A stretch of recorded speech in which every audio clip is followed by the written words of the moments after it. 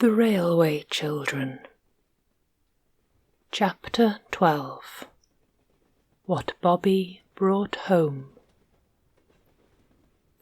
Oh, look up, speak to me, for my sake speak. The children said the words over and over again to the unconscious hound in a red jersey, who sat with closed eyes and pale face against the side of the tunnel. "Wet his ears with milk," said Bobbie. "I know they do it to people that faint with eau de cologne, but I expect milk's just as good." So they wetted his ears, and some of the milk ran down his neck under the red jersey. It was very dark in the tunnel. The candle end Peter had carried, and which now burned on a flat stone, gave hardly any light at all. "Oh, do look up," said Phyllis, "for my sake. I believe he's dead." "For my sake," repeated Bobbie. "No, he isn't." "For any sake," said Peter, "come out of it." And he shook the sufferer by the arm. And then the boy in the red jersey sighed, and opened his eyes, and shut them again, and said in a very small voice, "Chuck it." "Oh, he's not dead," said Phyllis. "I knew he wasn't." And she began to cry. "What's up? I'm all right," said the boy. "Drink this," said Peter firmly, thrusting the nose of the milk bottle into the boy's mouth. The boy struggled, and some of the milk was upset before he could get his mouth free to say, "What is it?" "It's milk," said Peter. "Fear not, you're in the hands of friends. Phil, you stop bleating this minute." "Do drink it," said Bobbie gently. "It'll do you good." So he drank, and the three stood by without speaking to him. "Let him be a minute," Peter whispered.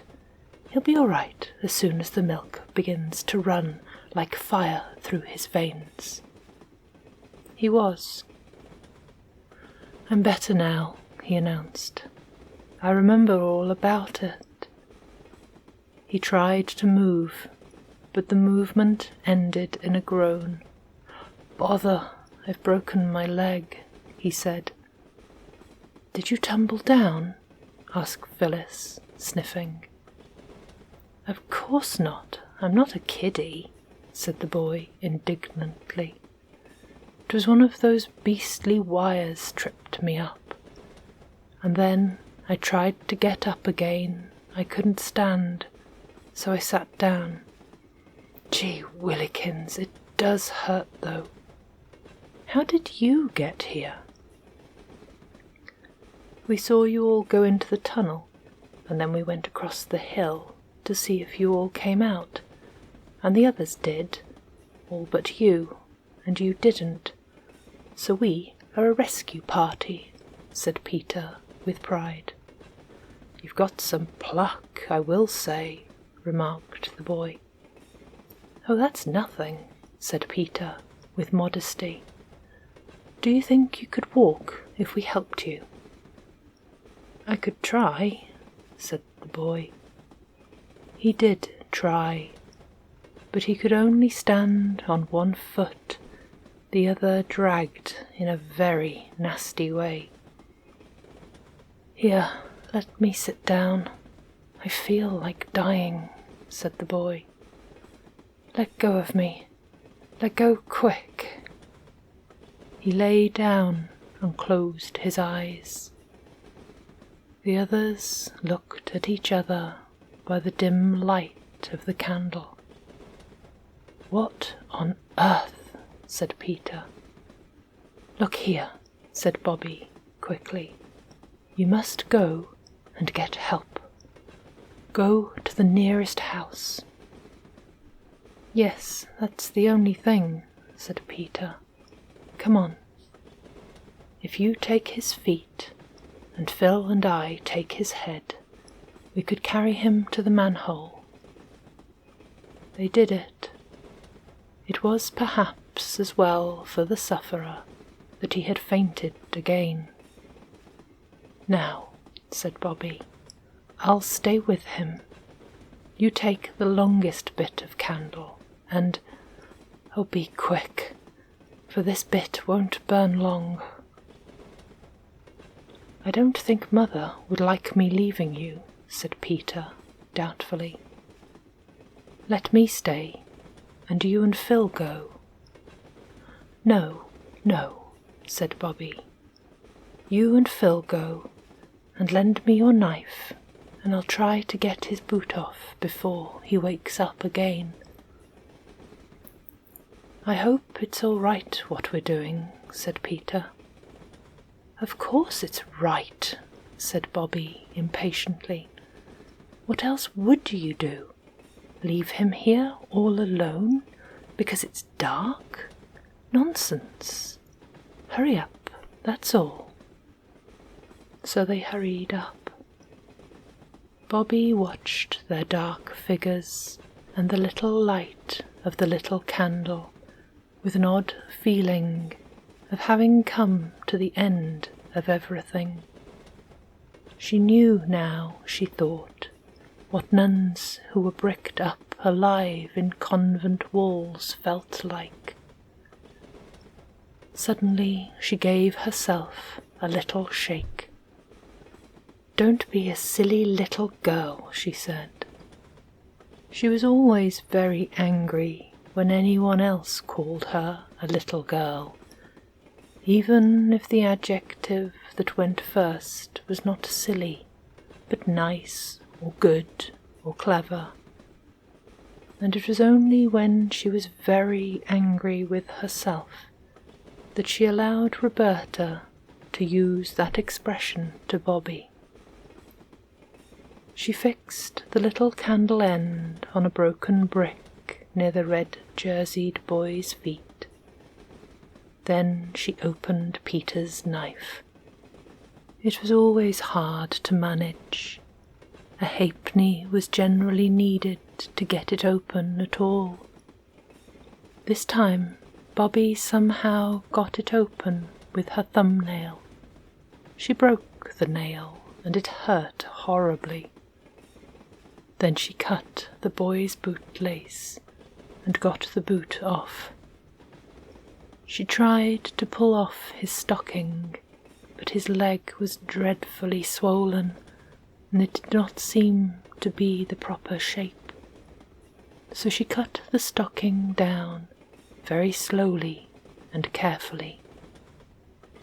It was a brown knitted stocking, and she wondered who had knitted it, and whether it was the boy's mother, and whether she was feeling anxious about him, and how she would feel when he was brought home with his leg broken.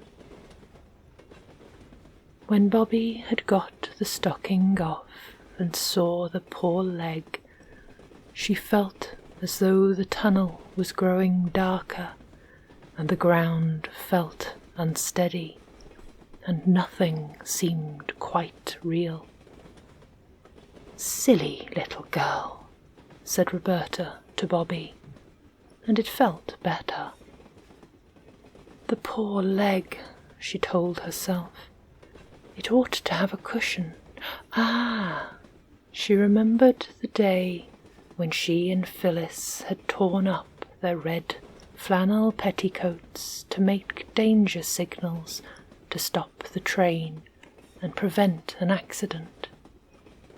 Her flannel petticoat today was white, but it would be quite as soft as a red one. She took it off. "Oh, what useful things these flannel petticoats are," she said. the man who invented them ought to have a statue directed to him. And she said it aloud, because it seemed that any voice, even her own, would be a comfort in that darkness. What ought to be directed? Who to? Asked the boy, suddenly and very feebly. Oh, said Bobbie, now you're better. Hold your teeth, and don't let it hurt too much. Now.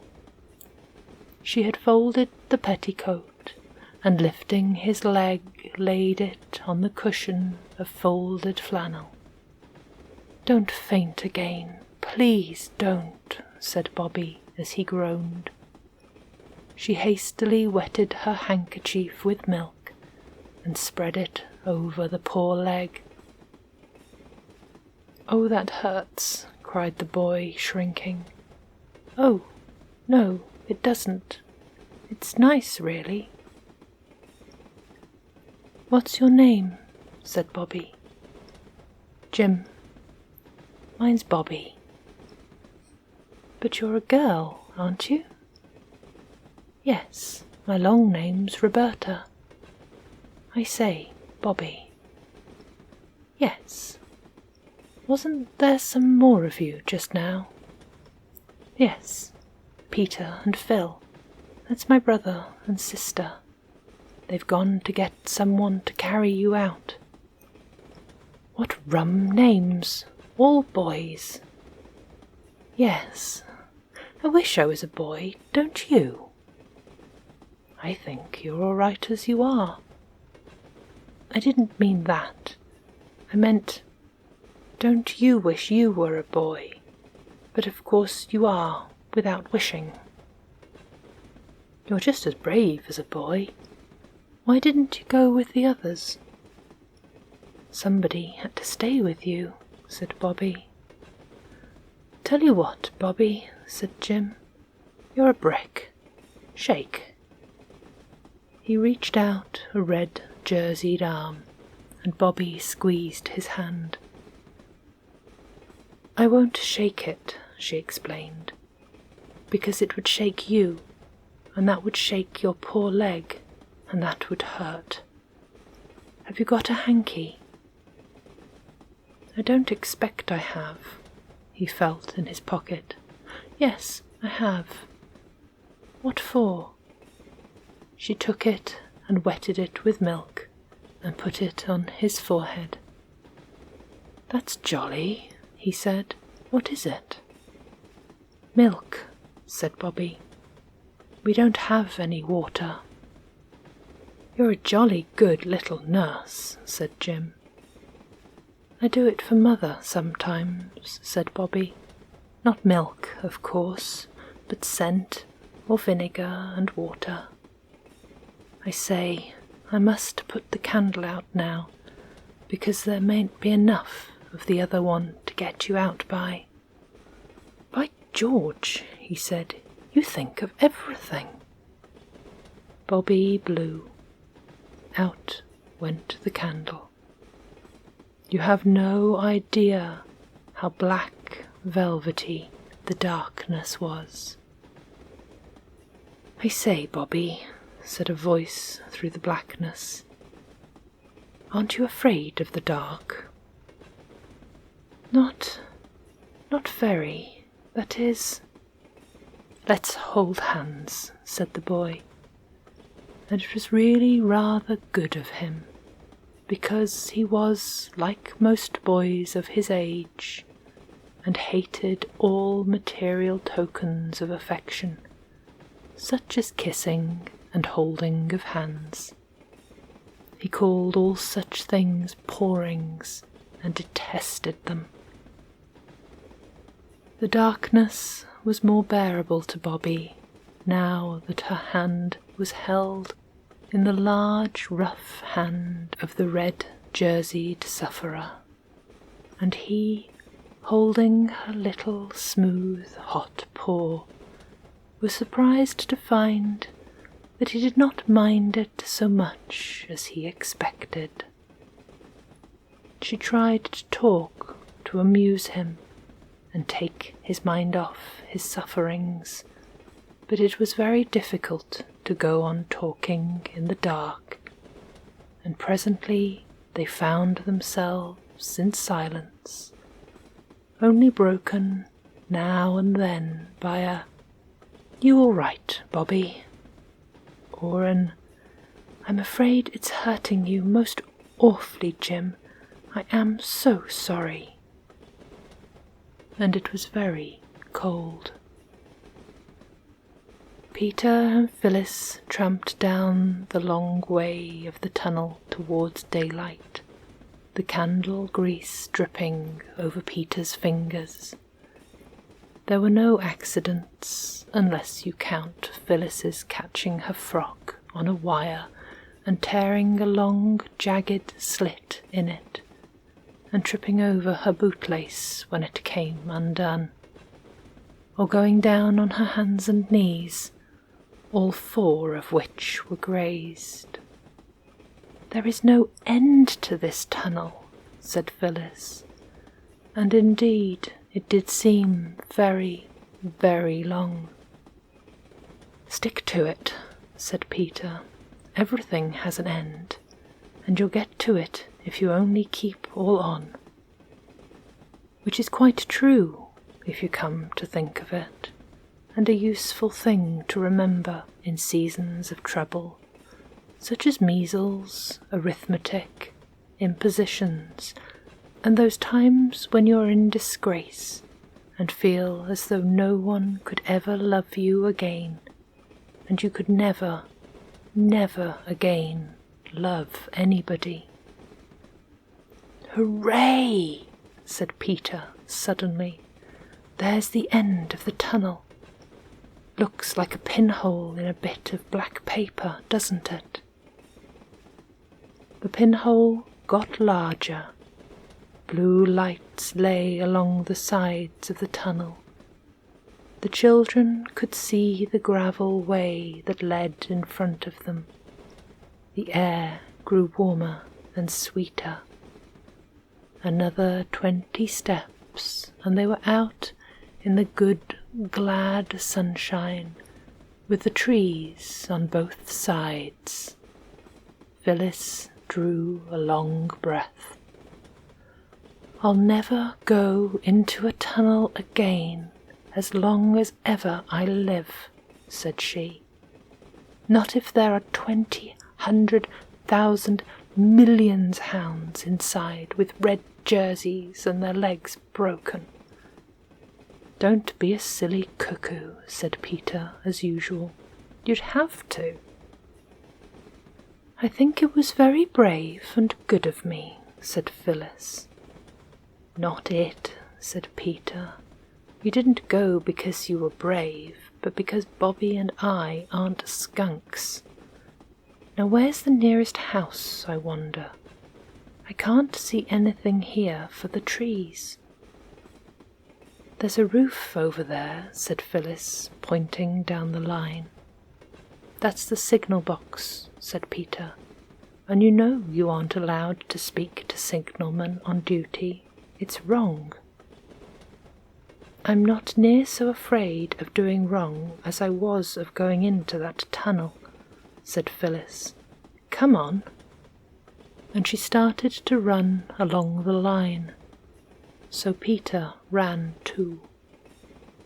It was very hot in the sunshine, and both children were hot and breathless by the time they stopped, and bending their heads back to look up at the open windows of the signal box, shouted, "Hi!"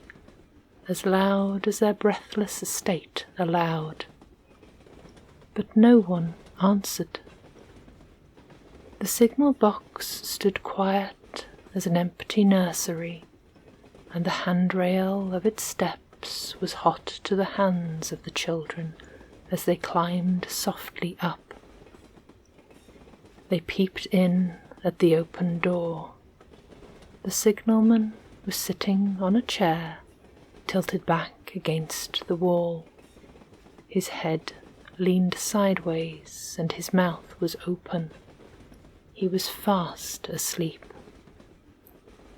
"My hat!" cried Peter. "Wake up!" And he cried it at a terrible voice, for he knew that if a signalman sleeps on duty, he risks losing his situation, let alone all the other dreadful risks to trains which expect him to tell them when it is safe for them to go their ways. The signalman never moved. Then Peter sprang to him and shook him, and slowly, yawning and stretching, the man awoke. But the moment he was awake, he leapt to his feet, put his hands to his head like a mad maniac, as Phyllis said afterwards, and shouted, "Oh, my heavens, what's the o'clock?" 12:13, said Peter, and indeed it was by the white-faced, round-faced clock on the wall of the signal box. The man looked at the clock, sprang to the levers and wrenched them this way and that. An electric bell tingled. The wires and cranks creaked, and the man threw himself into a chair.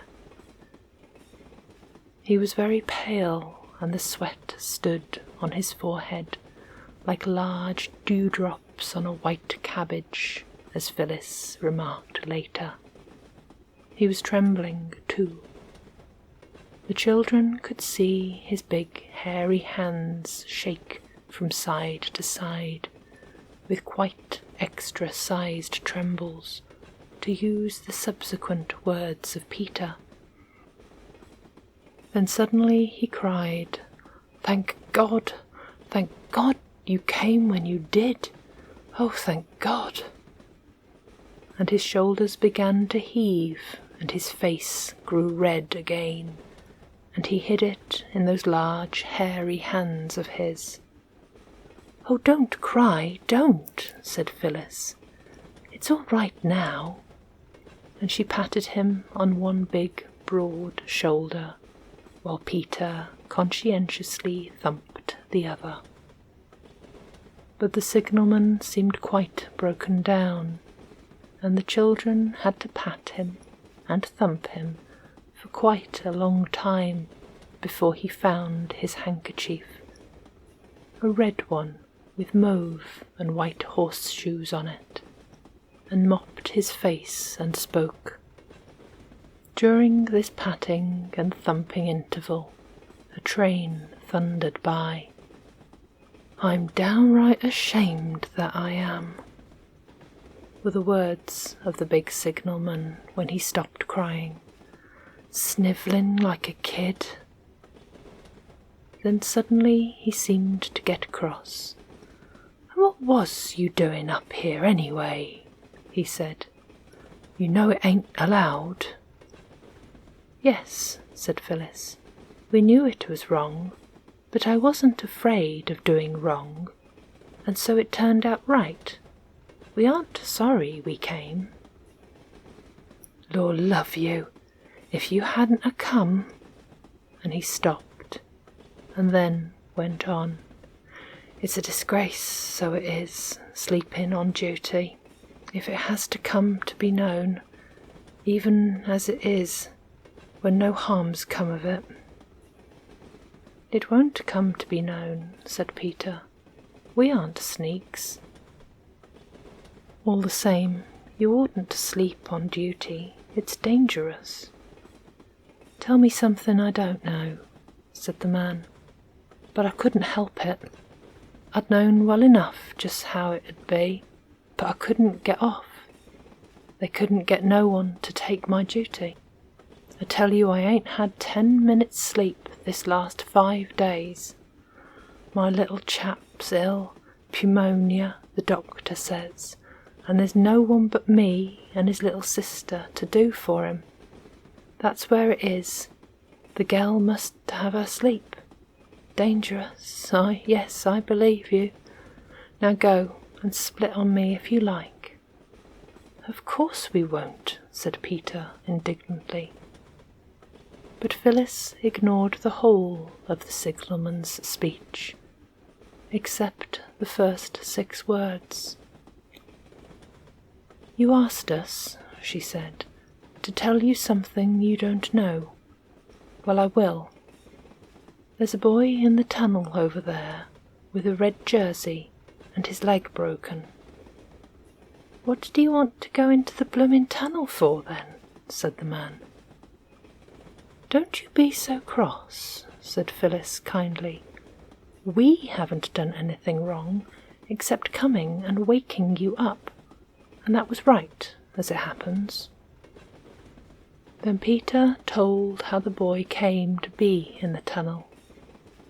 Well, said the man, I don't see as I can do anything. I can't leave the box. You might tell us where to go after someone who isn't in a box, though, said Phyllis. There's Brigden's farm over yonder, where you can see smoke a-coming up through the trees, said the man, more and more grumpy as Phyllis noticed. Well, goodbye then, said Peter. But the man said, Wait a minute. He put his hand in his pocket and brought out some money, a lot of old pennies and 1 or 2 shillings and 6pences and a half-crown. He picked out 2 shillings and held them out. Here, he said, I'll give you this to hold your tongues about what's taken place today. There was a short, unpleasant pause. Then, You are a nasty man, though, aren't you? Said Phyllis.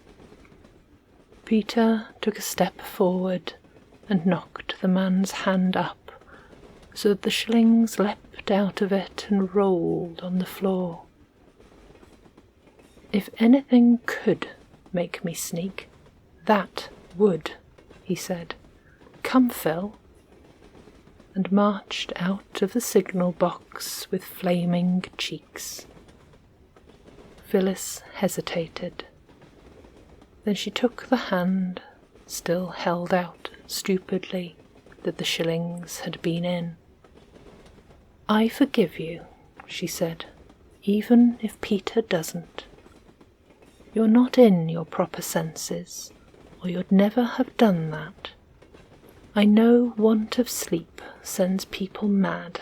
Mother told me. I hope your little boy will be soon better, and— Come on, Phil, cried Peter eagerly. I give you my sacred honour word. We'll never tell anyone. Kiss and be friends, said Phyllis, feeling how noble it was of her to try to make up a quarrel in which she was not to blame. The signalman stooped and kissed her. I do believe I am a bit out of my head, missy, he said. Now run along home to Mother. I didn't mean to put you about there. So Phil left the hot signal box and followed Peter across the fields to the farm.